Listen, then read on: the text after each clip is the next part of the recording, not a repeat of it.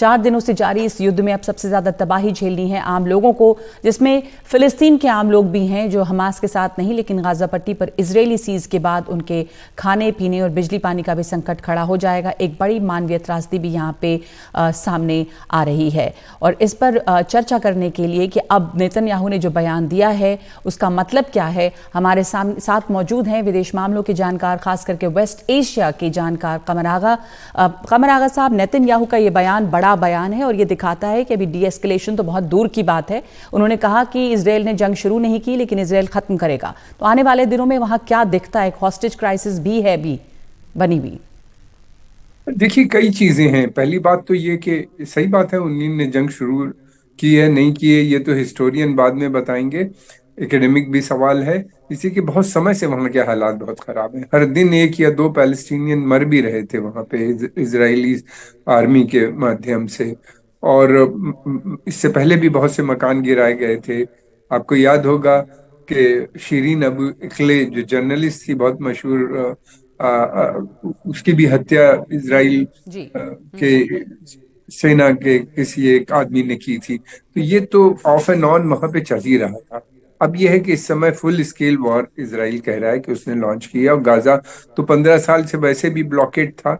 अब यह है कि वहां के ऊपर बहुत से मकान ध्वस्त हो गए हैं। बाकी भी लगातार आर्टिलरी पूरी रात फायरिंग हुई, सुबह भी हो रही थी फायरिंग। और फिर यह है कि ये, मेरे कहने का मतलब यह है कि इस तरह के कई बार हो चुके हैं। 82 में वहां पे लेबनान के अंदर इजरायलीज गए थे और वहां पे उसके बाद उन्हीं ने तय किया था कि वो पूरी तरह से एलिमिनेट कर देंगे। जंग थी पैलेस्टीनियन से, लेकिन पैलेस्टीनियन अथॉरिटी खड़ी रही, पैलेस्टीनियन पीएलओ बनी रही। फिर उसके बाद हमने देखा उन्हीं ने कहा कि वो हिजबुल्लाह को भी खत्म करेंगे। आई थिंक 2006 में उनकी फौजें गई वहां पे और चली आई। हिजबुल्लाह और स्ट्रांग हो गया। हमास के कई लीडर पहले भी मारे जा चुके हैं, और फिर उसके बाद नए कमांडर आ जाते हैं, नई नए लड़के ज्वाइन कर लेते हैं, और फिर उसके बाद और शक्तिशाली संगठन बनता चला गया। ये क्रम बहुत समय से हम लोग देख रहे हैं। तो बात अगर मैं यह ये है कि ये पूछूं कि मसला है इन इसको हमलों के बाद क्या आपको लगता है कि हमास के लिए क्या बदलेगा? जैसा नेतन्याहू कह रहे हैं कि वो निस्त नाबूद कर देंगे, पर आप जो कह रहे हैं कि एक आइडियोलॉजी है एक तरह से और नए नए लोग जुड़ते जाएंगे उसमें, तो खत्म करना जो है वो मुश्किल है यहाँ पर। तो बहुत अभी बहुत जो ये नेतन्याहू का बयान है, गाजा पट्टी और उसके आगे भी काफी तबाही आने वाले दिनों में दिखेगी। इसके मतलब ये है कि मेरा ख्याल है कि साउथ लेबनान में हिजबुल्लाह भी टारगेट है, क्योंकि हिजबुल्लाह ने भी वार्निंग शॉट्स दे दी हैं, अपनी सॉलिडारिटी शो कर दी है पैलेस्टीनियन के साथ। तो वहां भी हो सकती है क्राइसिस। एंड प्रॉब्लम वहां भी बड़ी खराब है। वेस्ट बैंक में भी हम देख रहे हैं बराबर जिस तरीके के हालात और जिस तरह की खबरें वहां से आ रही हैं, टेंशन वहां भी बना है। अगर जरा भी कोई चीज बढ़ती है वहां, कोई मिलिटेंट स्ट्राइक होती है, इस्लामिक जिहाद या हमस भी वहां पहुंच चुका है उनकी तरफ से, या किसी और ग्रुप से, वहाँ और भी बहुत से ग्रुप हैं छोटे छोटे, कुछ करते हैं तो वहां भी जा सकता है। और तो दूसरी बात स्पिल यह कि ओवर होगा अमेरिकन आप कह रहे भी हैं? अरमदा वहां पे पहुंच रहा है। अमेरिका ने भी सॉलिडारिटी की शो की है। हाँ। जी। हाँ, मैं यही पूछ रही थी कि आपको लग रहा है कि अब ये और स्पिल ओवर होगा? जैसे आपने साउथ लेबनान की भी बात की, इधर ईरान का भी नाम आने लग गया है, तो ये जो हमले होंगे अभी, काउंटर अटैक्स, उसका दायरा और बढ़ेगा। देखिए, ये इनका मानना ये है कि स्नेक का हेड जो है वो तेहरान में है, और जब तक उस सर को नहीं काटा जाएगा, ये मैं अपना स्टेटमेंट नहीं दे रहा हूँ, ये वहां से बहुत बार आया है, तब जी। तक ये जितने मिलिटेंट ग्रुप्स हैं ये इसी तरह से चलते रहेंगे। इसलिए इनका कहना यह है कि वंस फॉर एवर एक बार उसको हमें करना, यानी वहां पे जो नेतन्याहू साहब का मानना ये, और उन्होंने ड्रिल भी की है, कहा भी है कि वो जो है जितने उनके न्यूक्लियर इंस्टॉलेशन है उनको ध्वस्त करना चाहिए। और अमेरिका के साथ मिल के भी उन्हीं ने एक्सरसाइज की, ड्रिल्स की थी, कि जिसमें किस तरीके से होंगे, जो पब्लिसाइज की गई ये चीजें। फिर उसके बाद अभी प्रेसिडेंट बाइडेन ने भी स्टेटमेंट दिया चौंका देने वाला, जिसमें उन्हीं ने कहा कि ईरान 15 दिन के अंदर न्यूक्लियर वेपन बना सकता है। और अब अरमडा भी उनका इस क्षेत्र में आ रहा है। उसके अलावा अमेरिकन फोर्सेस भी वहां पे काफी बढ़ा दिए गए हैं, खासतौर से पर्शियन गल्फ रीजन में ये जो कतर और बहरीन जो के हेडक्वार्टर्स हैं, कतर के अंदर एयरफोर्स का सेंट्रल कमांड का हेडक्वार्टर है, और ग्राउंड फोर्सेस जो हैं वो हैं बहरीन के अंदर। वहां पे भी संख्या बढ़ा दी गई है।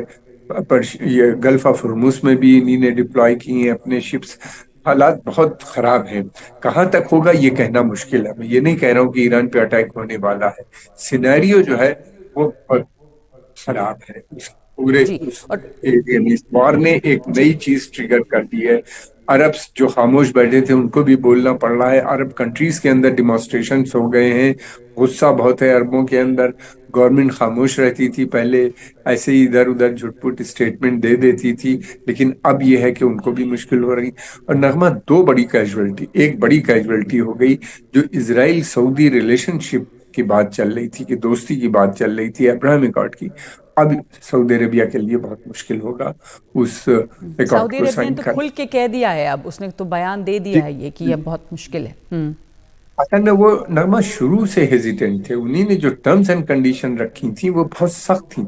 और इस पे इसराइल से दोस्ती करने के मतलब ये था कि उनको पूरी जो अपनी उन्हीं ने पॉलिसी पिछले कुछ समय में अडॉप्ट की थी, जैसे कि उन्हीं ने कहा था कि हम इंडिपेंडेंट फॉरेन पॉलिसी करेंगे, डी डॉलराइजेशन की बात की थी, चाइना के साथ उन्हीं ने ट्रेड शुरू कर दिया है युआन और रियाल में। फिर उसके अलावा उन्हीं ने कहा कि हमको अगर साइन कराना है तो आप हमको नेटो प्लस की मेंबरशिप दीजिए। और फिर उसके अलावा उनका था कि जो सबसे सोफिस्टिकेटेड वेपन सिस्टम्स हैं वो हमें चाहिए, वो आप दीजिए, जो न तो इसराइल दे सकता है न अमेरिका देने पे तैयार है। और जी। अमेरिका एक ने जरूर कहा कि हम सिक्योरिटी गारंटी की बात की कि हम आपको देंगे, लेकिन वो that is not sufficient. They are not satisfied. They are now talking कि पैलेस्टीनियन सॉवरेन स्टेट हमको चाहिए। ये भी बात वो बार बार कर रहे हैं। तो वो जी एक दूसरी ट्रेजेक्ट्री पे चला गया है सऊदी अरेबिया। जी उसको वापस जी लाना इनके लिए जरा मुश्किल। जी। एक और इसका पहलू आपने शुरू में ही कहा था कि यहाँ पे ये कुछ नया नहीं है, और ये नगमा, गाजा पट्टी जो है वहाँ पे तो ये लगातार यही स्थिति बनी रही है। कुछ जो फिलिस्तीनी जाने जाती रही हैं वहाँ पे, और इस डर में या इसमें वो जीते रहे हैं।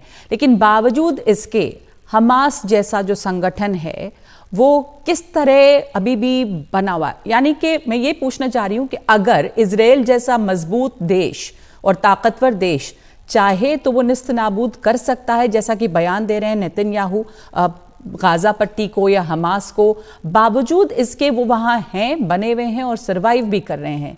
ये भी सुनने में पढ़ने में हमेशा आता रहा है कि चूंकि वो इसी तरह से रहते रहे हैं तो उनके वहाँ नीचे नीचे पूरी सुरंगें भी बनी हुई हैं उस इलाके में। पूरा उन्हीं ने ये इतने बड़ा ऑपरेशन करने से पहले पूरा उन्हीं ने सब काम किया होगा। सुरंगें 2 साल से इसकी तैयारी चल रही थी वेस्टर्न मीडिया के हिसाब से। 2 साल से उन्हीं ने सारी चीजें इकट्ठा की। अपने जो रॉकेट्स बनाते थे उनको इम्प्रोवाइज किया, उनकी दूरी बढ़ाई, उस पीरियड में जी मटेरियल्स लेके आए, स्मगल हुए होंगे। और उन्हीं जी। ने तो पैराग्लाइडर्स जो थे स्वयं बनाए, कहीं से बाहर से नहीं आए, वो हैंडमेड है, उनके बिल्कुल। बनाए हुए हैं, हाथ जी के।